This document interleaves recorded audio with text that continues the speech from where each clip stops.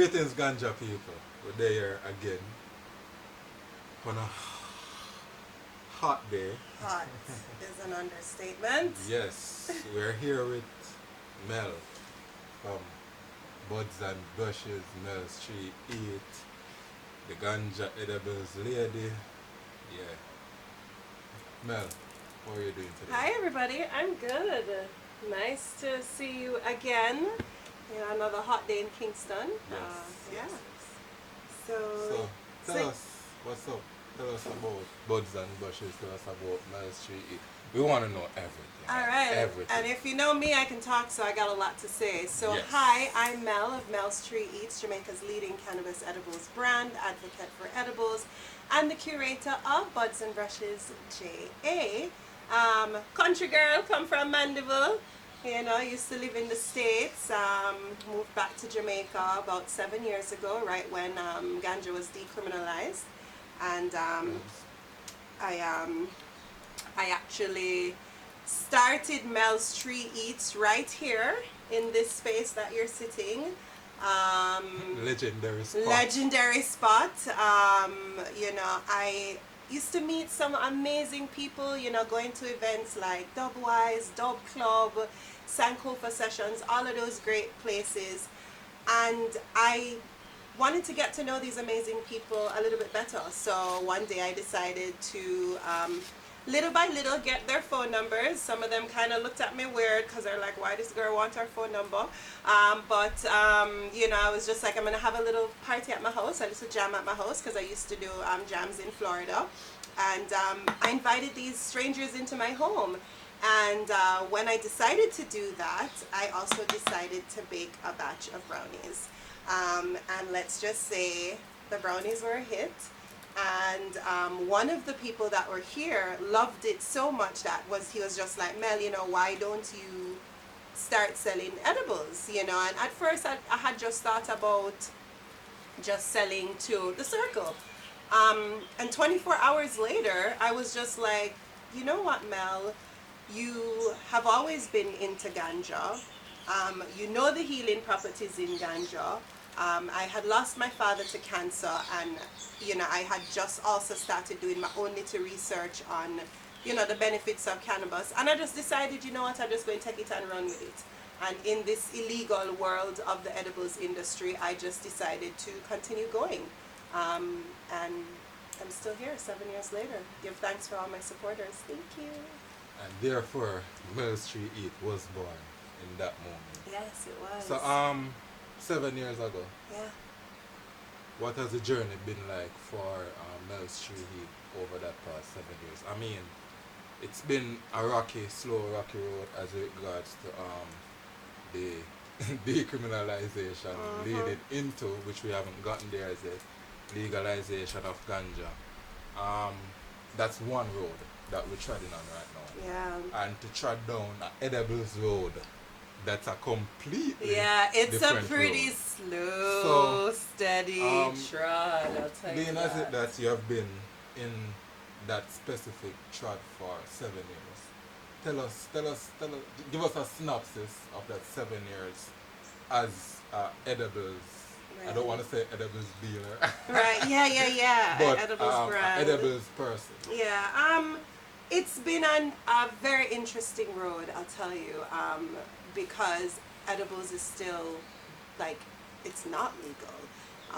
At one point they banned edibles in entertainment events because there are others out there that that make edibles and sell edibles. They're not necessarily dosing correctly. They're not necessarily educating the public, when they're selling to them. And some are selling to underage people. So we've had some bad press, in regards to the edibles industry. But for the most part, it's for me, I can honestly say it's been a great journey. It's ups and downs. I pride myself in being Jamaica's best. I pride myself in being awarded, by the Ganja Growers Association 2 years in a row for something that they say is not legal. I always laugh about it because I'm like, it's so interesting that I have an award for something that is still not fully legal yet, but I'm so thankful for it because at least they recognize the work that I have done. You know what I mean? But it's been an interesting journey, it's opened my eyes to a lot. I've met some really, really great people because my customers are not only recreational users, my customers are medicinal users also. So to be able to, gain a knowledge, a wealth of knowledge in this segment of the industry and be able to continuously share it with people to break that stigma, it's been a great road. We just need to legalize that stuff now. You mentioned that you got awards, right? Is it an award or you got multiple? I got 2 awards. Tell us about those awards. It was the Scarce Commodity 420 festival, where multiple edibles brands entered. People entered with their raw herb, people entered with their extracts, and I entered. And I won Best Edibles in 2017, also won Best Edibles in 2018. 2019, there wasn't a competition, and that's the only reason why I don't have an award for it, because I would have won. So is it that you won, is it the same event that you won both awards? Yes, at the same event, because there's not any other events that have that kind of, well, let me not say that. None of the other ganja festivals that we have here in Jamaica, they don't have that in their segment for competition. So it's the only ganja festival that actually included edibles in their in their competition. Okay, so you have to show it out. For High Times though, when High Times came to Jamaica and they met me, that's right when we had decriminalized. If I had entered that competition, I'm pretty sure that I would have won. I know I would have. Yeah. Well, I guess we need to shout out the Scarce team for being of course the only ganja the event only ganja event that has included. This is also, I don't want to say it's a wake-up call, however it's also a wake-up call to other ganja events to say that, hey, look, I mean, we're moving forward. We're moving forward a lot as regards to ganja and improvements in ganja. So I think it's time we really and truly look into the edibles market as regards to dosage, legalizing and all that. As I said, you mentioned previously as well that a lot of persons out there does edibles, right? However, as regards to dosing, that is something that they don't do properly. Tell us how you do your dosing and how you ensure that if you're going to get an edible product out there, if someone is consuming the edible product, they know exactly how to consume it, what they're consuming and all of that. So just tell us how the dosing process for education as regards to edibles, because the edibles, when you eat it, it affects your system differently. And everybody's body is different. And everybody smokes. So yeah. Tell us what you do there. Well, as far as dosing goes, 7 years in the business, I've pretty much mastered my formula. I'll throw it out there that I'm ready to work with dispensaries that are ready to make some CBD edibles, because the thing is, that's legal. But when I did these competition, that's also when I myself learned that I kind of sort of got this formula down right, because when you do the competition, they test your products for the THC levels and stuff like that. As a edibles business owner, can I go to Carry Talks all the time and get my stuff tested? No, it's not affordable. Remember, the ganja industry is not affordable for the small person. So luckily for me though, I have a very good relationship with the farms that I do purchase from, so I know exactly what I'm getting and I know my formulas and I dose correctly. Another thing that I do though is I educate every single person that buys. I'm the only person that sells my product, so my product will not get into the hands of a younger person. I don't even sell to 18-year-olds. I sell to 21 and older, but I take the time to educate them. I refuse business sometimes, because if I feel like you're just looking to get messed up, you're not my customer. So do you do like an ID first? Sometimes I do, actually. I've had people get mad at me for not wanting to sell to them or checking their IDs or But hey, it is what it is. You know, go down the road and go buy from someone else then, but you're not going to buy from me.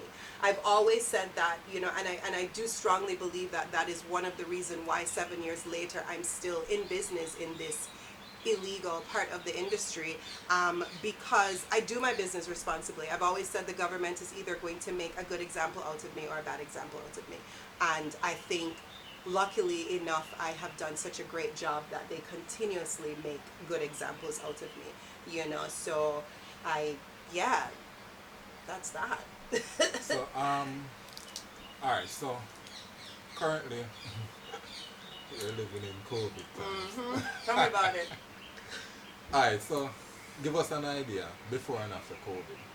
What's the response to edibles, or what's the rate like consumption wise? Consumption wise, well, cannabis use on a whole is at a high, because one, people have more time to use too, and people are suffering from different, you know, reasons to be using cannabis because it helps in different ways.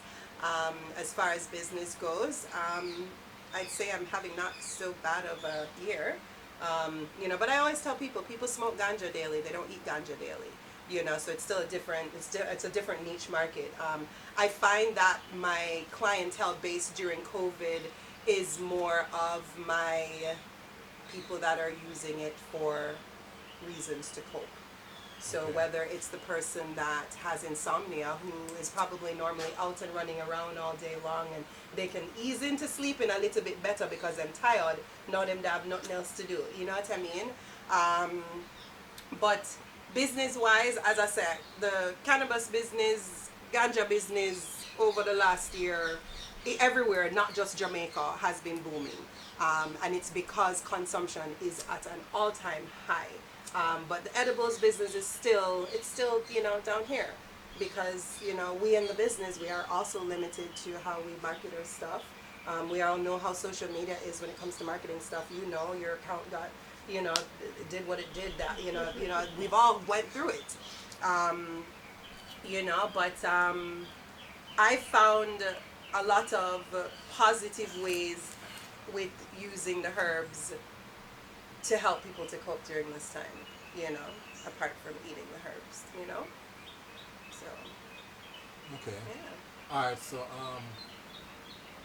what's next from Mill Street? A lot of stuff. Don't give us everything. I know. I don't. I definitely don't want to. Well, what's going on is buds and brushes too, so we'll touch on that in a second. But for Mel Street Eats, you know, the future is never certain. Tomorrow's not promised for anyone. True. You know, so to be honest, I know where I want to go, and you know, I definitely would love to have a cafe one day where people can come and have coffee and a, you know, nice slice of cake, or a, you know, some ice cream, or a smoothie, or, you know what I mean? Definitely want to see Mel Street Eats branded stuff inside of the dispensaries.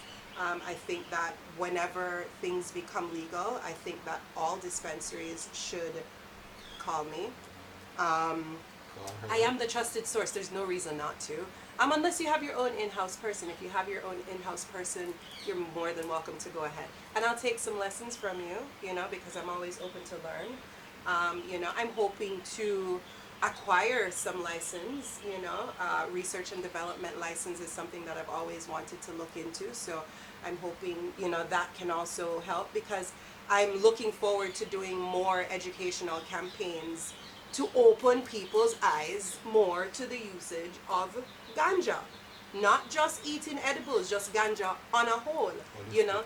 Yeah, man, just take the stigma away though. Seriously, it's not a bad thing, guys. It's not that serious. Like, y'all just need to chill out.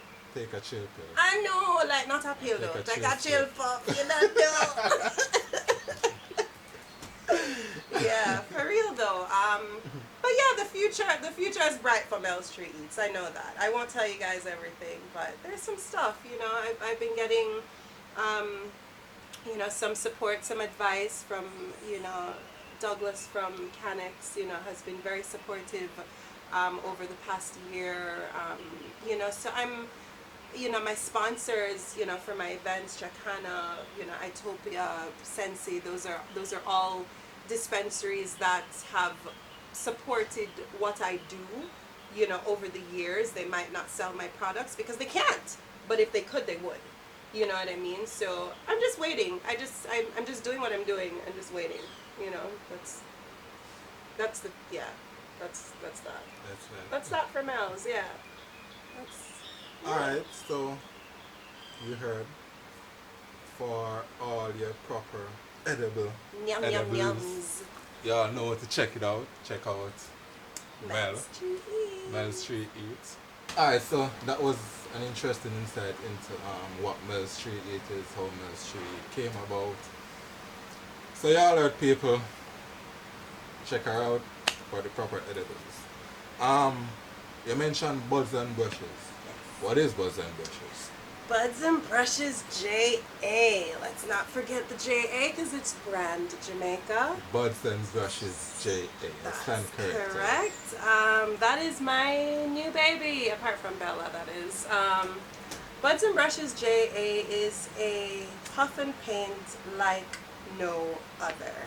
It's an event that continuously gives back to Jamaicans in need. We incorporate ganja, we incorporate music, we incorporate art on a philanthropic. Is that the word? Is that how you say it? I think that's how you say it. Yeah, we just take it to another level. Yeah, it's an event that's been going on now for over a year. Actually, 420 of this year will make 1 year since we took our first footstep onto the virtual platform.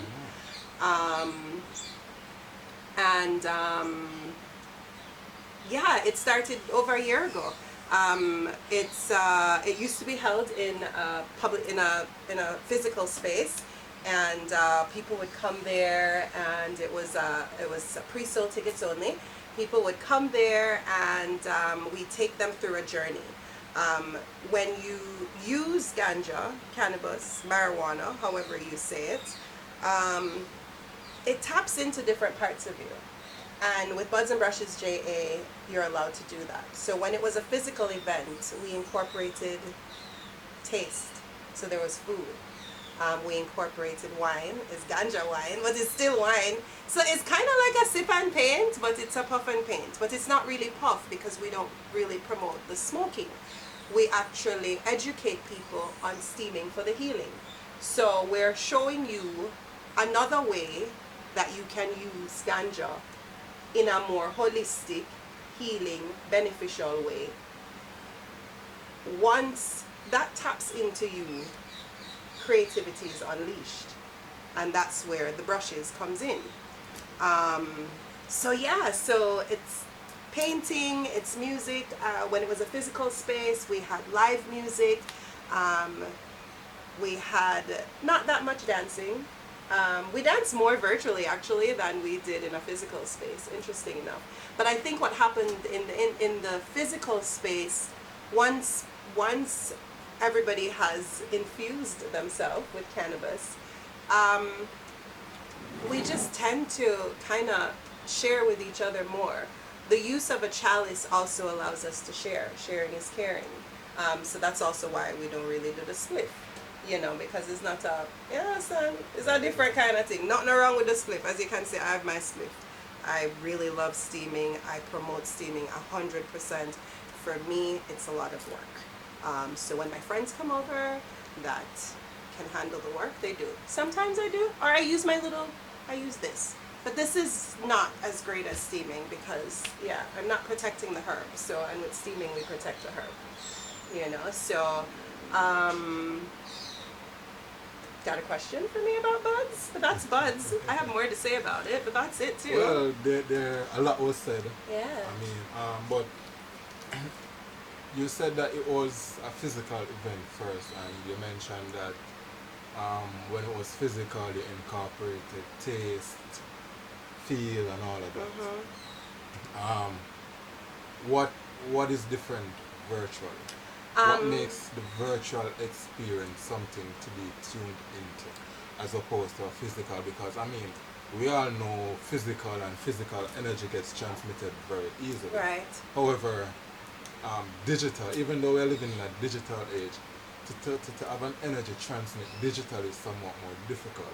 So tell us what makes the digital experience an experience for us to experience. Let me tell you, it's interesting you say that because I remember it was on the Universal Air on his set. Like he was explaining to everybody how the world is now, where he is in this space, you're in that space, that person in that space, and for some reason, how we could all feel each other virtually. I've had, you know, since we've been on in this virtual space, our first Buds and Brushes 420 last year, Julian Marley performed on that event, and at one point of the event, the power went off. And remember, people tune in to Buds and Brushes from all over the world, by the way, and that's another awesome thing about having it virtually, because we are able to get people performing from all over the world. We are able to get people tuning in also from all over the world. And when you read the reviews and you see how it made people feel, the music brought them together. The fact that even though we are so far apart, we are using something that some of us all have in common, cannabis, together. We are, it is a interesting, it is a thing where you have to go for see and understand, because there's so many different parts of Buds and Brushes that only by experiencing it will you understand it. You don't have to be into ganja to go to Buds and Brushes. You don't have to, but you have to be into music. So if you're not into music, then nobody come. A joke. But but you know, you can enjoy it in so many different ways, and people enjoy it in so many different ways. You know, like for instance, I have a family that's in Arizona that comes to Buds and Brushes every single time. I'm so excited though that right now they're actually in Jamaica and they'll be doing Buds and Brushes physically and be able to take advantage of getting their own bud bag, because there's different ways to enjoy Buds and Brushes, and we'll touch on that later. But yeah, it is a different space to maneuver because it is a virtual world. But we've been able to do so for the past year, uniting people for a good cause. The best part about Buds and Brushes JA is that we continuously give back to charities across Jamaica. Alright, so I am used to physical events and all of that, right? I am used to physical events and all of that. Cool. Tell me what's different about Buds and Brushes. If I'm supposed to say, alright, I'm coming to Buds and Brushes, what can I expect? Because I mean, again, it's a virtual Right. event. There's not much to do there. How am I going to be entertained? Or how can I ensure that I'm being entertained? As I said, we have to be into music, but Right. I so mean, there must be something. there's else so that is many going to be ways. there to keep me Yeah, man. entertained. Well, first of all, it's 14 hours of entertainment. So, all right. So let's just say, picture this. On a Saturday, when you wake up in the morning, you probably turn on your radio, right? Right. All right. So instead of turning on your radio, you're gonna tune in to Buds and Brushes JA. You're getting hours upon hours upon hours of amazing music. You're getting some education. If you do decide that you're into art, you might want to set up your own paint station and paint along if you decide to. You might set up a paint station for your kids. Have your kids paint along if you want to. I think a lot of people, when they think about an online event, they also think about sitting in front of a computer the entire time, and nobody's telling you have to do that. Like if you want to run and come in front of the computer when Yaxta is on stage, because Yaxta is on the next Buds and Brushes, you know, if that's what you want to do, then hey, you're more than welcome to. But there's so many different ways that you can enjoy it. You could be driving in your car and Buds and Brushes could be playing on your speaker in your car. We had people tune in from Bali. It was nighttime here and it was daytime there, and they were on the beach, yo. They were enjoying Buds and Brushes at the beach. You get what I'm saying? You can watch it on your phone. I always tell people, like, it's okay to watch it on the phone if you're watching. But I prefer a bigger screen, so I do my laptop. Some people put it up on their, you know, them TV screen, however you plug in all that stuff. I don't know about that fancy work. You know, and some people just set it and leave it, as in turn it on and leave it and make the music play. You know, people always trying to find ways to give back, right? This is an easy way to give back, you know. It's an easy way to give back. And the thing is, if you're into art, you're going to enjoy the art portion of it, with or without cannabis. So that's another thing that I was about to ask you. What can I expect? You mentioned a specific artist going to be on this next Buds and Brushes. What else can we expect? Is it just artists, visual performer? What can we expect? What you can expect on every single Buds and Brushes is 10 live performance. I'm going to say that one more time. Let me tell you why I'm going to say that one more time. And I'm not knocking anyone. Buds and Brushes is 100% live event. There's no staging. It's not pre-recorded. What you see is exactly what's going on in real time. There's really no one doing that. And I'm pretty proud of that. So when Cerilia hops on stage and she's in South Korea, we're watching someone in South Korea. When you unmute your mic, and that's the joy of being on Zoom, to say, yo, Julian Mali, that performance they did bad, you can actually speak directly to the performer. You get what I'm saying?